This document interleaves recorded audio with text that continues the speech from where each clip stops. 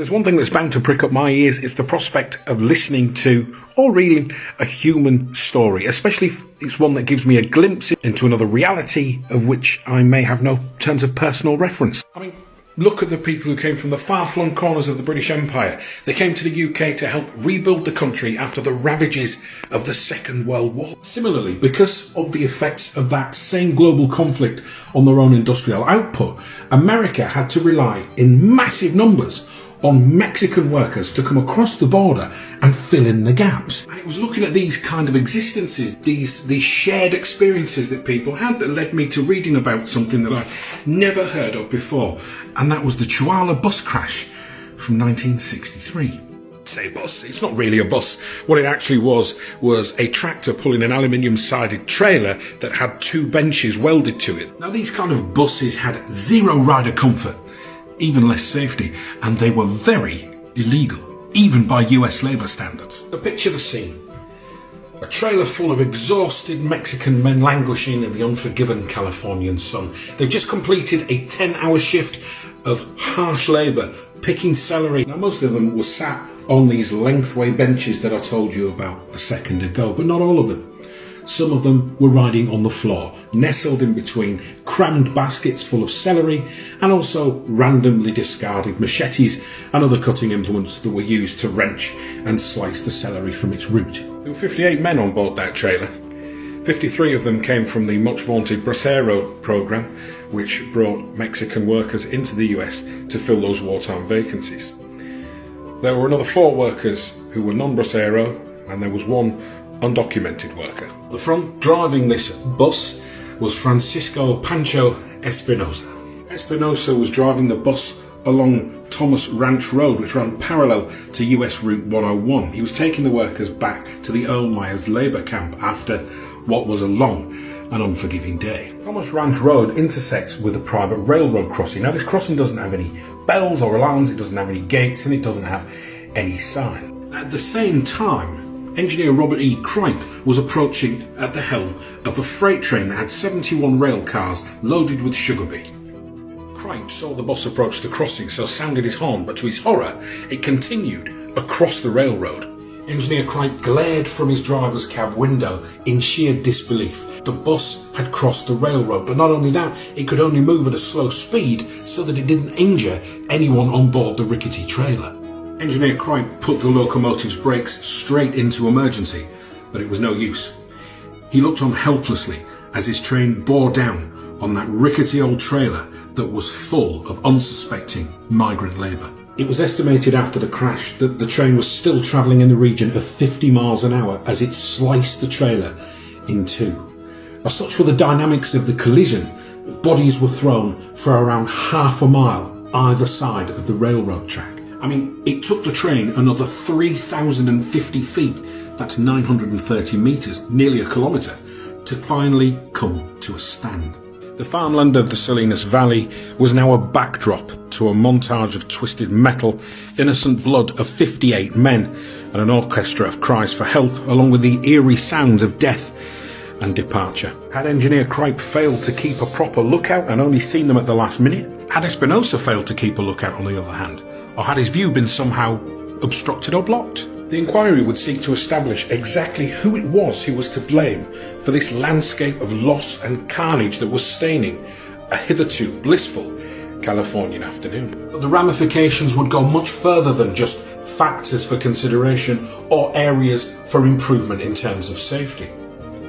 This would also be indicative of the social hypocrisy of the American government when it came to migrant labour, much in the same way that we here in the UK have suffered with the same kind of failures when it comes to labour imported from the Empire.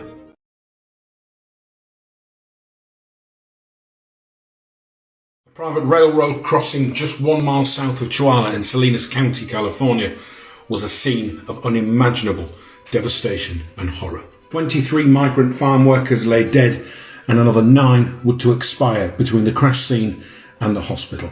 One witness had said that one of the ambulances, 15 of which were summoned to the scene, had contained so much blood that when they'd opened the doors, it had flowed out onto the floor like water in a flood.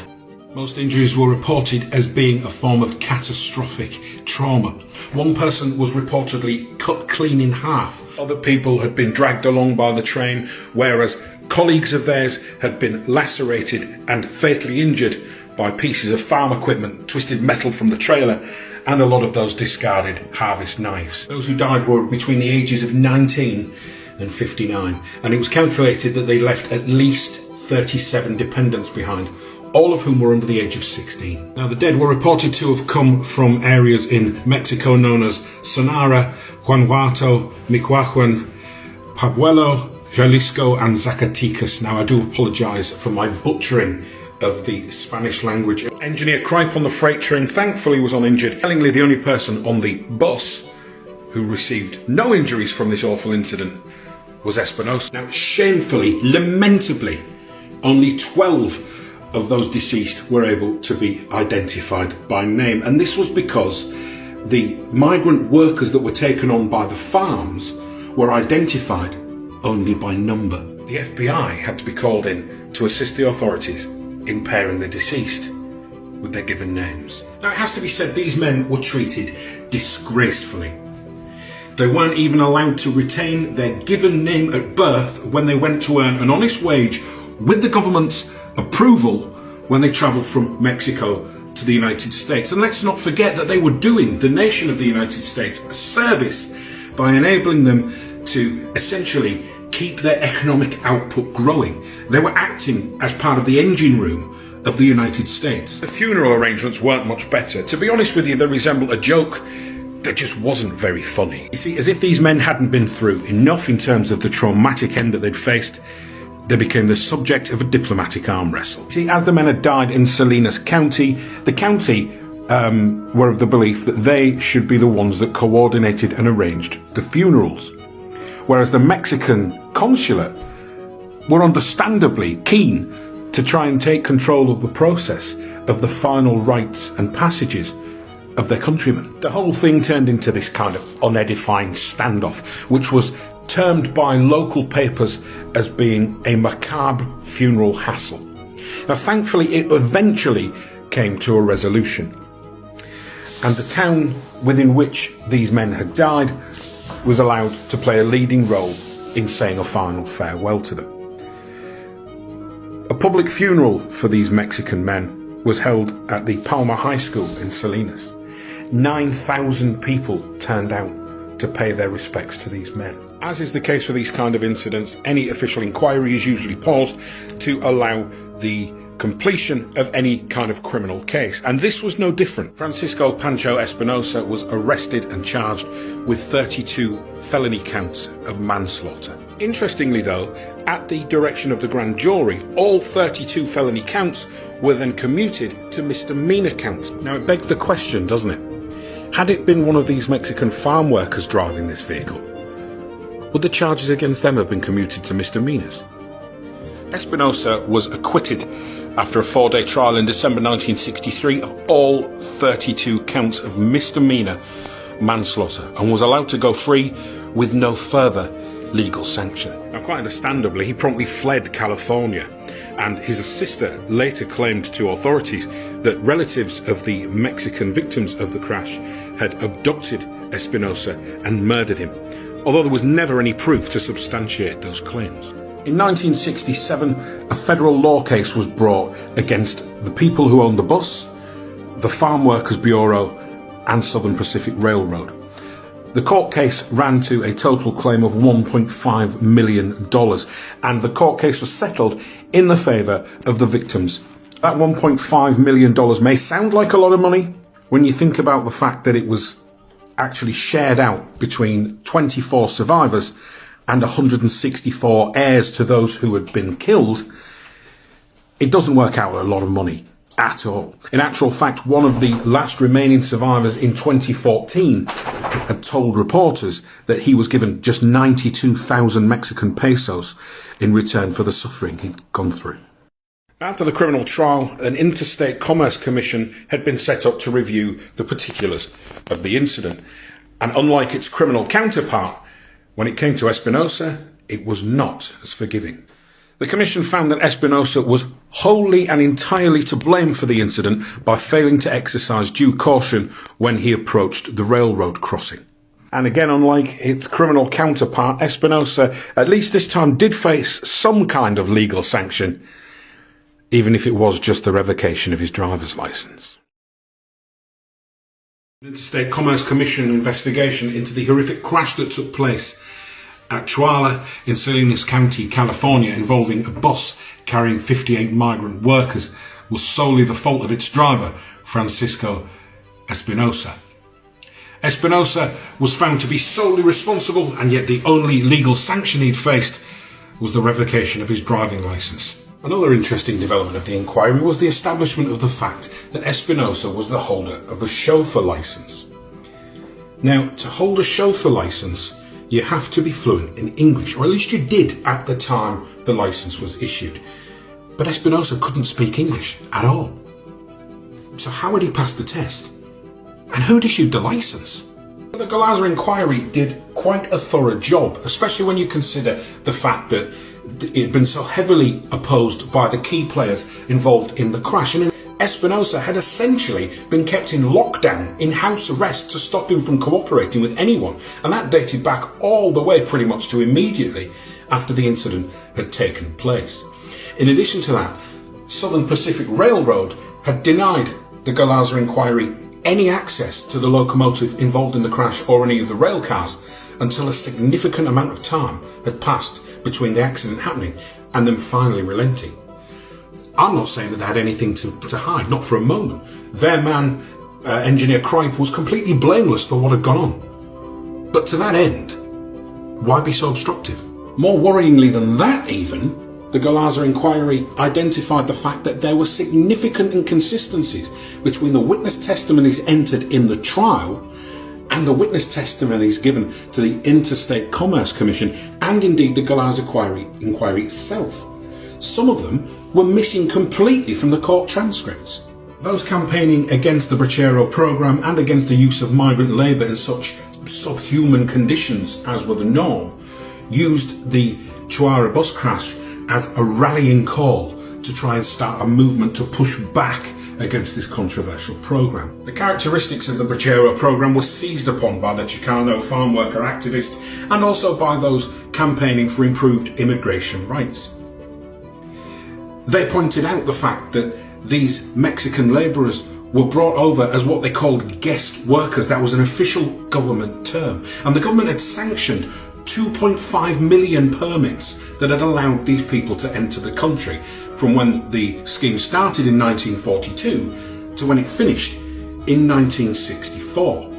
Opponents of the program had said that the Braceros were depressing wages and they were displacing American job applicants. But surely that was the fault of the farming companies, the state authorities, the industry representative committees, and essentially the United States federal government. Let's not forget 53 of the 58 men aboard that bus were Bracero workers. They were treated extremely poorly in subhuman conditions. They were essentially kept as slave labour in so many ways. They worked ridiculously long hours and they worked for poverty pay. And other critics had accused them of trying to become American by the back door. Now, the fallout from the Chualar crash had pushed back against the government to an extent that they simply weren't prepared for. The exploitation of these dehumanised migrant workers had suddenly bubbled to the top of the public agenda, as had the case of displaced US workers and the depressed wages in the sectors within which the Bracero workers were being allowed to come into. Reluctantly, the government closed the Bracero program in 1964, and that was mainly due to the fallout from the Chualar crash. But a point that has to be remembered here is that the government and the media set the tone on immigration. When it's serving the purpose of government and media, immigration is noble and it's natural. When all of a sudden that government and that media find themselves on the wrong side of the dust cloud, it becomes sinister and it becomes a slippery slope. Now, this is where the big parallel exists between the United States and the United Kingdom.